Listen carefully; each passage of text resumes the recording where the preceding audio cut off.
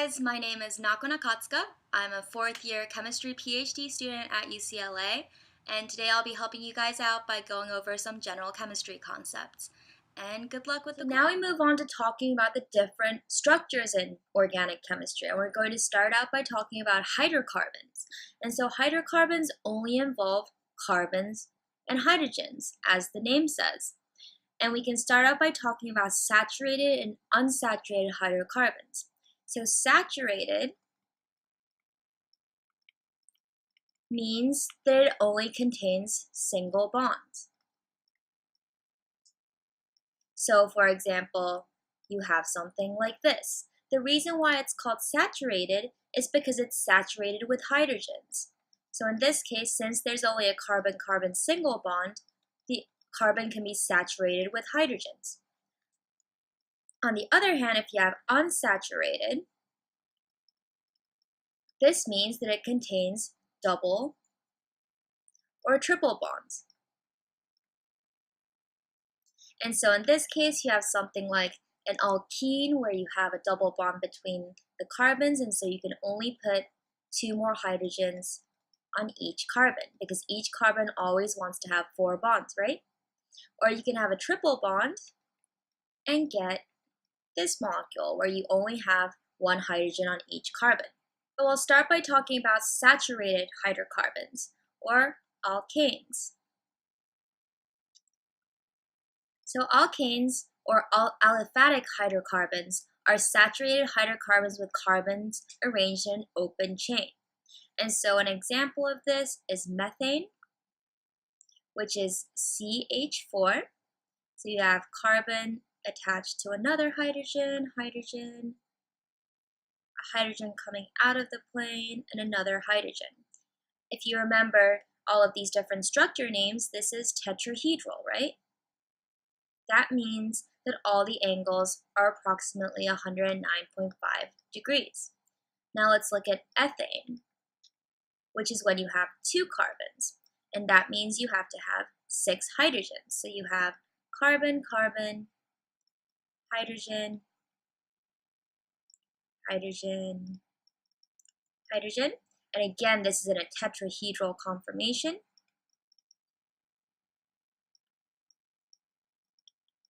Instead of me drawing out all of the different methane, ethane, propane, etc. for you, I just put it all in this figure, where methane I drew out before is the CH4, ethane is C2H6, propane would be C3H8, and butane would be C4H10.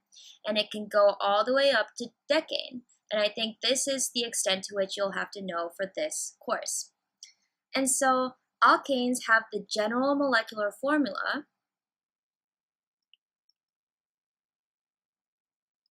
of Cn, where N is the number of carbons, and H2N plus 2. And so this is a really useful formula to remember so that you can tell whether a molecule is an alkane or not. So take an example as ethane, where you have C2H6. That means that you have 2 carbons, so N equals 2, and so the number of hydrogens is going to be 2 times 2 plus 2, and it's 6. You can do the exact same thing for any of the rest of these molecules.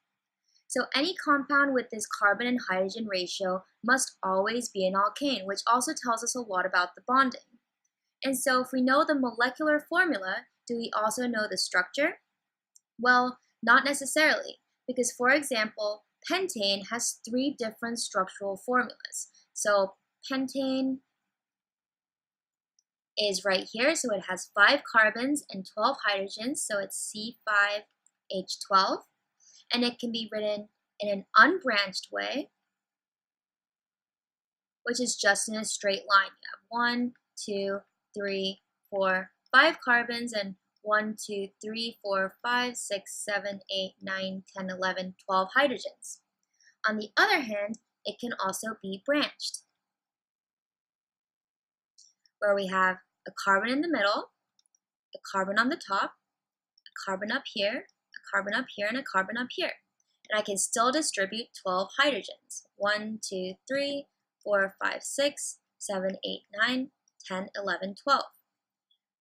And not only can it be branched in this manner, it can be branched in another way, which would be 1, 2, 3, 4 as the central chain, and then 1 coming up here. So again, I can distribute the hydrogens like so, 1, 2, 3, 4, 5, 6, 7, 8, 9, 10, 11, 12. Note that these are the only 3 possible conformations for pentane, because if I branched this part from this carbon, it would be the same structure, just a mirror image of it.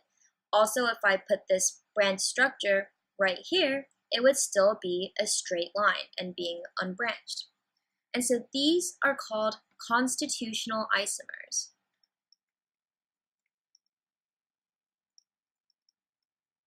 And this means that there's different ways of attaching the same atoms. And we need to name each different one. And so this is going to be a big part of this chapter, which is using IUPAC naming to name different structures. So now let me show you how to name these different structures. And so a general symbol of R is used to indicate an alkane with 1 hydrogen that's removed, and this is called an alkyl group. And as you can see in this table, you can see these different names of the alkyl groups. And when methane is CH4 for the alkane, when you remove 1 hydrogen from it, it becomes a methyl group. For an ethane, you have C2H6, but when you remove a hydrogen from it, it becomes C2H5 and it's called ethyl. And it's the same exact pattern for everything else. And so the reason why these become alkyl groups with 1 hydrogen removed is so that it can bond to something else. So the carbon now has 1 extra area in which it can form a bond. And so, as an example, let me show you this structure. We have CH3, CH2, CH2, CH, CH2, CH2, CH2, CH3. So this looks like a really complicated structure, and I'm going to complicate it some more by adding a methyl group right here. And so whenever you name any compound, you always want to find the longest parent chain. So first, always find the parent chain. So in this case, the longest carbon chain is 1, 2, 3, 4, 5, 6, 7, 8 carbons, right? I can't do 1, 2, 3, 4, 5 because 5 is less than 8. And so the parent chain is 8 carbons long, so it's going to be an octane, as you can see right here when you have 8 carbons. But now we also have to name where the substituents are. So this guy right here is called a substituent. And part 2 is naming those. So as you can see, since this is a CH3, it's a methyl group, right? And we also have to indicate which carbon it's on. So if we number the parent chain, 1, 2, 3, 4, 5, 6, 7, 8, you can see that this methyl group is on the 4th carbon. So the name of this compound is going to be 4-methyl octane. And so this is the most simplest way of naming a compound. But now I'll show you what happens when you have more than 1 substituent. Let me draw you another compound. It's CH3, CH2, CH, CH2, CH, CH2, CH3 with a methyl group on here and an ethyl group right here. So now we look at this molecular structure and we can figure out what the longest parent chain is, right? So it's probably going to be this one right here, 1, 2, 3, 4, 5, 6, 7 carbons. So it's going to be heptane. Now, this is going to be a methyl group, and this is going to be an ethyl group. So now let's number the carbons. It's 1, 2, 3, 4, 5, 6, 7. And so this is going to be called 3-ethyl, 5-methyl heptane. But if the substituent numbers are the same, the first named group gets the lower number. And so what that means is that it has to be alphabetized, where the ethyl comes before the methyl, because E comes before M in the alphabet. So that's why this parent chain was numbered from carbon 1 from the left to carbon 7 to the right. Because if I named it the other way around, where I went 1, 2, 3, 4, 5, 6, 7, then this would be called 3-methyl 5-ethyl heptane, right? But this is wrong, and the reason for that is because the lower number should always go with the earlier alphabet species. And so this is the correct name, the correct way of naming it. And so prefixes indicating the number of substituents are also not included in the alphabetizing. And so what that means is, if I have this guy, CH3, CCH2, CHCH2, CH3, and have 2 methyl groups. And let's put an ethyl group right here. So now let's find the parent chain. 1, 2, 3, 4, 5, 6. So it's 6 carbons, so it's going to be a hexane.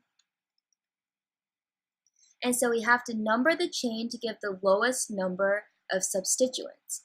And so we have 2 methyls right here, and we have 1 ethyl right here. So let's start numbering this molecule. We have 1, 2, 3, 4, 5, 6. And previously, we said that the ethyl was numbered first because it comes before methyl in the alphabet. But in this case, because there's 2 of these methyl groups, it's going to be called 2,2-dimethyl. And so this will be 4-ethyl, just named before because of the alphabet, 2,2-dimethyl hexane. Because the goal is that we want the lowest possible number. And so in this case, we have 4 plus 2 plus 2, which is 8. But on the other hand, if we started numbering it from this side, 1, 2, 3, 4, 5, 6, we would have ended up with 3-ethyl 5,5-dimethyl hexane, where the total value would be 13, which is way bigger than what this is.